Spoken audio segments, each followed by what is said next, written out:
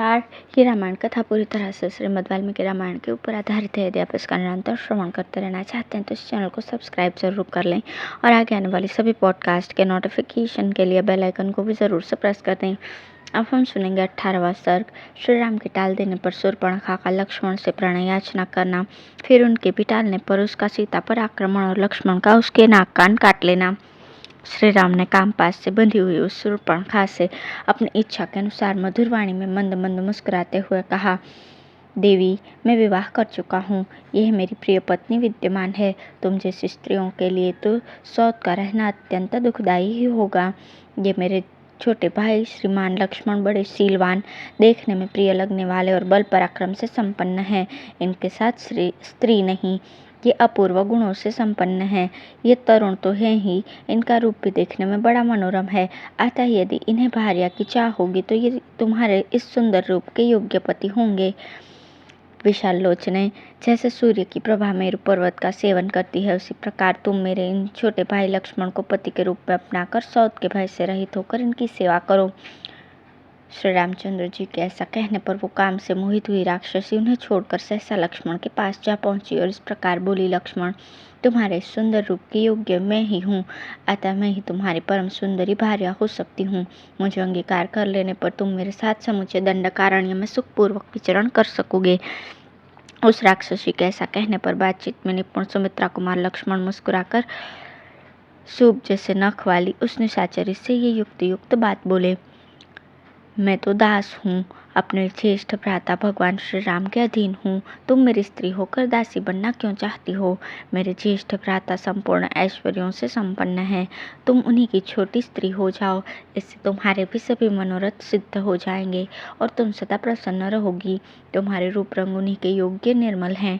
कुरूप, ओछी, विकृत से हुए पेट वाली और वृद्धा भार्या को त्याग कर ये तुम्हें ही सादर ग्रहण करेंगे। सुंदरी, कौन ऐसा बुद्धिमान पुरुष होगा जो तुम्हारे श्रेष्ठ रूप को छोड़कर मानव कन्याओं से प्रेम करेगा? लक्ष्मण के इस प्रकार कहने पर परिहास को न समझने वाली उस लंबे पेट वाली विकराल राक्षसी ने उनकी बात को सच्ची माना। वो पर्णशाला में सीता के साथ बैठे हुए शत्रु संतापी दुर्जय वीर श्री रामचंद्र जी के पास लौट आई और काम से मोहित होकर बोली, राम, तुम इस कुरूप, ओछी, विकृत से हुए पेट वाली और वृद्धा का आश्रय लेकर मेरा विशेष आदर नहीं करते हो। अतः आज तुम्हारे देखते देखते मैं इस मानुषी को खा जाऊंगी और इस सौत के न रहने पर तुम्हारे साथ सुखपूर्वक विचरण करूंगी। ऐसा कहकर दहकते हुए अंगारों के समान नेत्रों वाली शूर्पणखा अत्यंत क्रोध में भरकर मृगनयनी सीता की ओर झपटी, मानो कोई बड़ी भारी उल्कारोहिणी नामक तारे पर टूट पड़ी हो। महाबली श्री राम ने मौत के फंदे की तरह आती हुई उस राक्षसी को हुंकार से रोककर कुपित होकर लक्ष्मण से कहा, लक्ष्मण, क्रूर कर्म करने वाले अनार्यों से किसी प्रकार का परिहास भी नहीं करना चाहिए। देखो ना, इस समय सीता के प्राण किसी प्रकार बड़ी मुश्किल से बचे हैं। तुम्हें इस कुरूपा, उल्टा, अत्यंत मत वाली और लंबे पेट वाली राक्षसी को कुरूप किसी अंग से हीन कर देना चाहिए।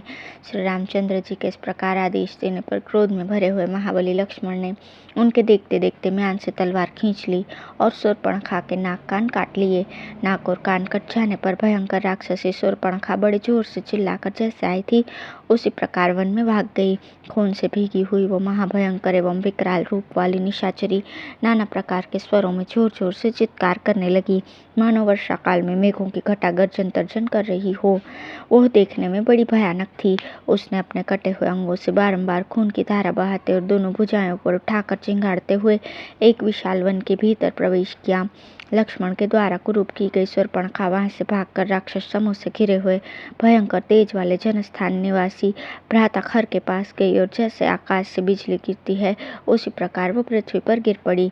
खर की वो बहन रक्त से नहा गई थी और भय तथा मोह से अचेत सी हो रही थी। उसने वन में सीता और लक्ष्मण के साथ श्री रामचंद्र जी के आने और अपने कुरूप किए जाने का सारा वृतांत खर से कह सुनाया। अब है शूर्पणखा के मुख से उसकी दुर्दशा का वृतांत सुनकर क्रोध में भरे हुए खर का श्री राम आदि के वध के लिए 14 राक्षसों को भेजना। अपनी बहन को इस प्रकार अंगहीन और रक्त से भीगी हुई अवस्था में पृथ्वी पर पड़ी देख राक्षस खर क्रोध से जल उठा और इस प्रकार पूछने लगा, बहन उठो और अपना हाल बताओ, मूर्छा और घबराहट छोड़ो तथा साफ साफ कहो किसने तुम्हें इस प्रकार को रूप बनाया। कौन अपने सामने आकर चुपचाप बैठे हुए निरपराध एवं विषैले काले सर्प को अपनी उंगलियों के अग्रभाग से खेल खेल में पीड़ा दे रहा है? जिसने आज तुम पर आक्रमण करके तुम्हारे नाक कान काटे हैं, उसने उच्च कोटि का विष पी लिया है तथा अपने गले में काल का फंदा डाल लिया है। फिर भी मोहवश वो इस बात को समझ नहीं रहा। तुम तो स्वयं ही दूसरे प्राणियों के लिए यमराज के समान हो, बल और पराक्रम से संपन्न हो तथा इच्छानुसार सर्वत्र विचरने और अपनी रुचि के अनुसार रूप धारण करने में समर्थ हो। फिर भी तुम्हें किसने इस दुर्वस्था में डाला है जिससे दुखी होकर तुम यहाँ आई हो? देवताओं, भूतों, गंधर्वों तथा महात्मा ऋषियों में ये ऐसा कौन महान बलशाली है जिसने तुम्हें रूपहीन बनाया? संसार में तुम्हें ऐसा किसी को नहीं देखता जो मेरा अप्रिय कर सके। देवताओं में सहस्त्र नेत्रधारी इंद्र भी ऐसा साहस कर सके, यह मुझे दिखाई नहीं देता। जैसे हंस जल में मिले हुए दूध को पी लेता है, उसी प्रकार मैं आज इन प्राणांतकारी बाणों से तुम्हारे अपराधी के शरीर से उसके प्राण ले लूंगा। युद्ध में मेरे बाणों से जिसके मर्म स्थान छिन्न भिन्न हो गए हैं तथा जो मेरे हाथों मारा गया है, ऐसे किस पुरुष ने फेन सहित गरम गरम रक्त को ये पृथ्वी पीना चाहती है? रणभूमि में मेरे द्वारा मारे गए किस व्यक्ति के शरीर से मांस कुतर कुतर कर ये हर्ष में भरे हुए झुंड के झुंड पक्षी खाएंगे?